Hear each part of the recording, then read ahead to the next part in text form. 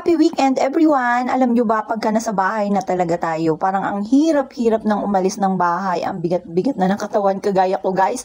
Alam nyo kaninang umaga pa gusto kong umalis at magpapalinis nga ako ng aking kuko dahil nga weekend ngayon. Ito lang po yung aking time para pumunta rito sa parlor.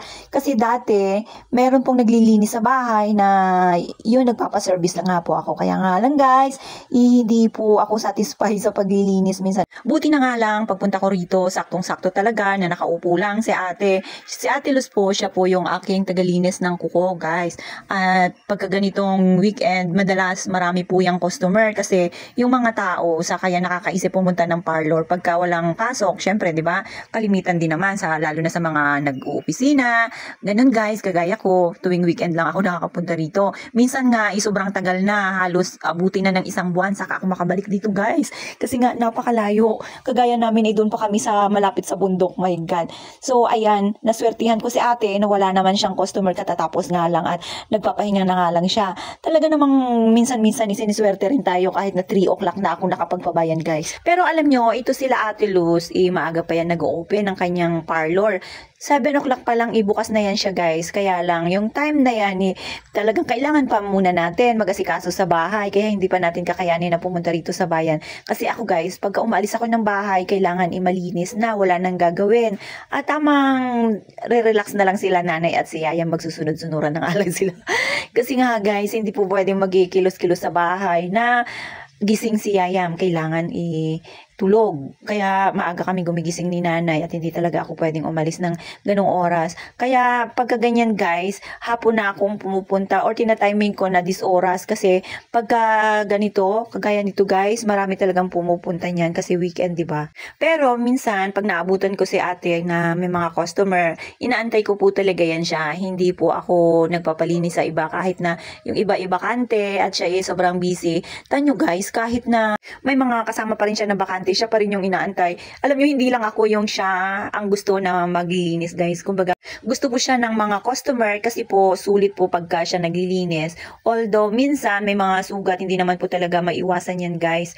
Pero kahit na nagkakasugat yan, sigurado namang tanggal yung ingrown mo or yung mga kuko na nagsingit-singit dyan guys. Ako nga, madalas guys, na ganyan yung aking kuko, malalim po kasi. Kaya nahihirapan yan si ate magkutkot. Kita nyo nga, hirap na hirap kasi nga halos ilang linggo rin ako na hindi nakapagpalinis sa kanya guys. Kaya ganyan siguro. At saka pagka nararamdaman ko talaga yan na humahaba na at talagang nagkakaroon na ng malalaking ingrown guys, masakit lalo na pagka nagsasapatos po, di ba? At saka pag naghubad tayo guys ng shoes natin, parang makapal na yung ating mga balat dyan sa may kuko.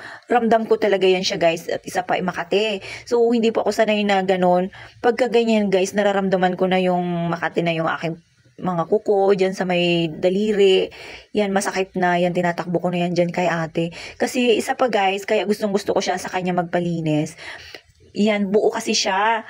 Kumbaga, pagka kinuha niya yung ingrown or yung kuko, isahan na lang guys, hindi niya kinakat. Kasi mas masakit yung ganun, yung susundot-sundutin mo, yung may mga naiiwan. Meron po kasing iba na naglilinis na inuunti-unti nila guys. Kumbaga, takot sila. Ito si Ate Luz, malakas ang loob niya. Kasi alam naman niya na makukuha. Kaya binibigla niya. I mean, hindi niya as in bigla hila ha. Dahan-dahan lang paghila. Pero isahan lang pag hinila niya guys. Talagang matutuwa ka kasi nga ang success talaga. Tanggal talaga yung mga malalaking ingrown, yung mga kuko mo na nagsingit-singit na napagkalalalim. Kasi yan yung masakit. Lalo na diba pag nagsushoes tayo. Uy, naku, talagang ramdam mo. Yun nga lang, habang nililinis, tiis-tiis ka talaga guys. Yung tipong naiihi ka na habang hinihila yung ingrown mong pagkalaki-laki, pagkahaba-haba, diba? Tiis ka lang talaga para lang matanggal yung nagpapasakit sa mga daliri mo. Pero guys, ang sarap sa feeling, 'di ba? Naranasan nyo rin ba 'yon, yung mga may mga malalalim na ingrown diyan? Ako talaga yan, inaamin ko, kitang-kita nyo naman talagang super lalim ng aking mga ingrown.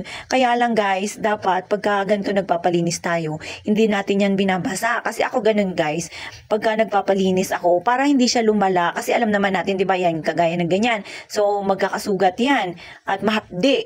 So pagdating natin sa bahay, huwag nating babasain yan ng ilang araw. Kumbaga, siguro pauuwi tayo ngayong buong maghapon, tapos tomorrow na lang, ganon guys, para hindi lumala yung mga sugat niya sa daliri nyo kasi para sa following day or ganon, na magsasapatos ka, i-relax na, 'di ba? Ako kasi guys, pagka nagpapalinis ako, tina-timing ko every Friday ng hapon or Saturday morning, ganyan. Para mayroon pang araw na makapagpapahinga yung pa ako, na makakapagsuot lang ako ng sleeper. Kaya pagdating ng Monday, ready na ulit, pwede na ulit na magsuot ng mga shoes or close shoes, di ba? Pero alam nyo guys, pagka halimbawa magsiswimming kami, yung alam ko na babasain ko yung pa ako, hindi muna yan ako nagpapalinis ng ganyan, ng weekend na yan guys, kasi nga, syempre alam nyo na, kailangan nating ingatan yung ating mga paa. So, the following week na naman ako magpapalinis niyan, kahit na naka-schedule ako ng ganun. So, ayan na, mukhang tao na naman ako ulit guys. Follow for more video.